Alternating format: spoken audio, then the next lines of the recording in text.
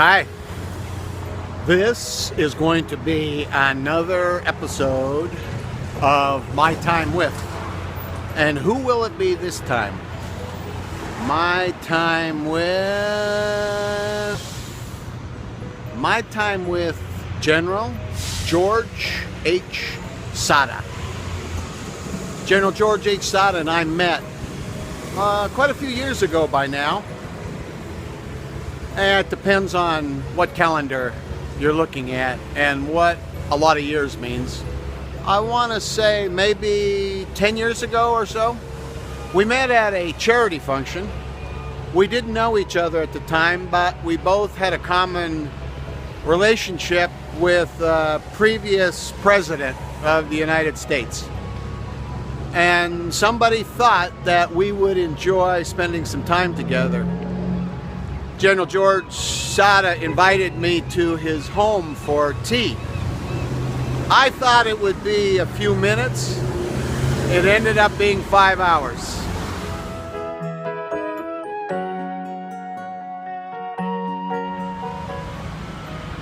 I remember arriving at George's home for tea, and my first thought was what a gracious man he was. Later, when I met his wife, it was the same. We did have tea and we had wonderful chats together. It was like being inside of history. That first time and all the other times that George and I were together, I think enjoying each other's company. George and I think, connected on a friendship level, and to this day, I'm not sure why, other than having a common relationship, common friends. I remember talking to him in the beginning about what life was like for him growing up in Iraq and becoming the general in charge of the Iraqi Air Force, becoming one of the inside confidants to Saddam Hussein, becoming, as it were, the right-hand man. Little stories that George told me that you and I would have been watching on the news and enjoying immensely. You know, he was involved in negotiating between Saddam and the Americans, both of the Iraqi wars where the Americans were involved. You know, he told me of a time he was in Saddam's office, and Saddam was known to pull his pistol and shoot somebody, and much more in the way of tragedies. It was interesting to talk to him and find out what his impressions of Hussein were, of Saddam. One of the things I remember him telling me was, you know, he said, Dan, Saddam, he looked at me one time in the office and say, George, I trust you. And he was a very apparently paranoid leader of a country who had been involved in, of course, many tragic events. George was a man that enjoyed serving his country. And so that day when he asked that question, for Saddam to say to him, George, I trust you because you not shoot me, you not kill me, you not cause me trouble. George was in charge of a phenomenal growing Air Force that was important in that part of the world at a very interesting time. What else did George tell me? One of the things I asked George about was he was in such good shape as a senior, and I asked him, George, what's the secret of your longevity? You are in such good shape. You're healthy and all. He said, I tell you, every day, Dan, I squeeze one lemon and eat that lemon and enjoy it. George had many other stories to tell me. There was a time in Baghdad where they had a bunker, a manned place for their military, and Saddam himself had a apartment inside where they could watch everything that was happening. And on this one occasion, George, overseeing much of the activity, stayed in the apartment of Saddam because Saddam was not at this bunker at this particular time. And on the night he was there, during the middle of the night, he got up and walked over to the door and went out to see what the activity was like in that part of the world. And what he discovered very quickly was just behind him, a rocket had dropped square in the middle of the apartment, right in the middle of the bed, actually, targeting who the enemy of Iraq thought was going to be Saddam. It was that night George, and he had gotten up and had been moved for some reason. He gives thanks to the one true living God, but he gave thanks because his life had been spared. There were things he was going to do in the rest of his life that would be instrumental in many ways in helping people, and in not only the military, but in also building business together with other people. George accomplished many things, and my time with him was very enjoyable. Another story George Sada told me about Saddam and his time with him.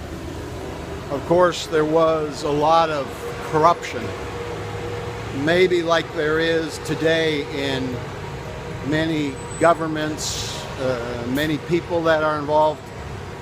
And I guess these other generals that were in charge of other parts of the military had been involved in skimming. You know, they were used to taking a part of the contract back for themselves. Maybe we call those kickbacks, and other ways in which they were benefiting themselves. And these were high-ranking generals, not unlike what might happen with top government leaders in different countries around the world, where they use their office to benefit themselves rather than being the public servants that they were elected to be, and to act in the best, very best interest of the people that elected them. Anyway, on this one occasion, one of the other generals at the time when George was general of the Iraqi Air Force had basically received a kickback, and his wife, after receiving the kickback, had flown to Paris to maybe participate in the transaction and in their banking and so forth. I don't exactly know that part of the story. In George's case, George did a transaction for a jet or military equipment. Again, I don't remember him telling me what it was. Soon a package came with money, either a check or cash, I'm not sure. And George had said to the people that brought it, "What's this?" "Well, this is your cut. This is your part of the deal."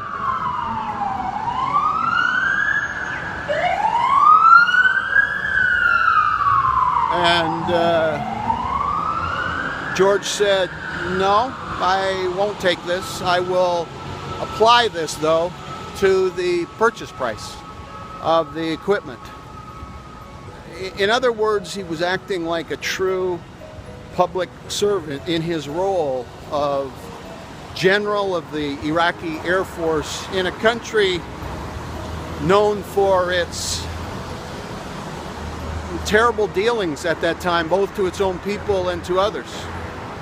George, as a public servant, would not take the kickback. He applied it to the purchase price. Sometime later, George and his wife had a farm outside of Baghdad.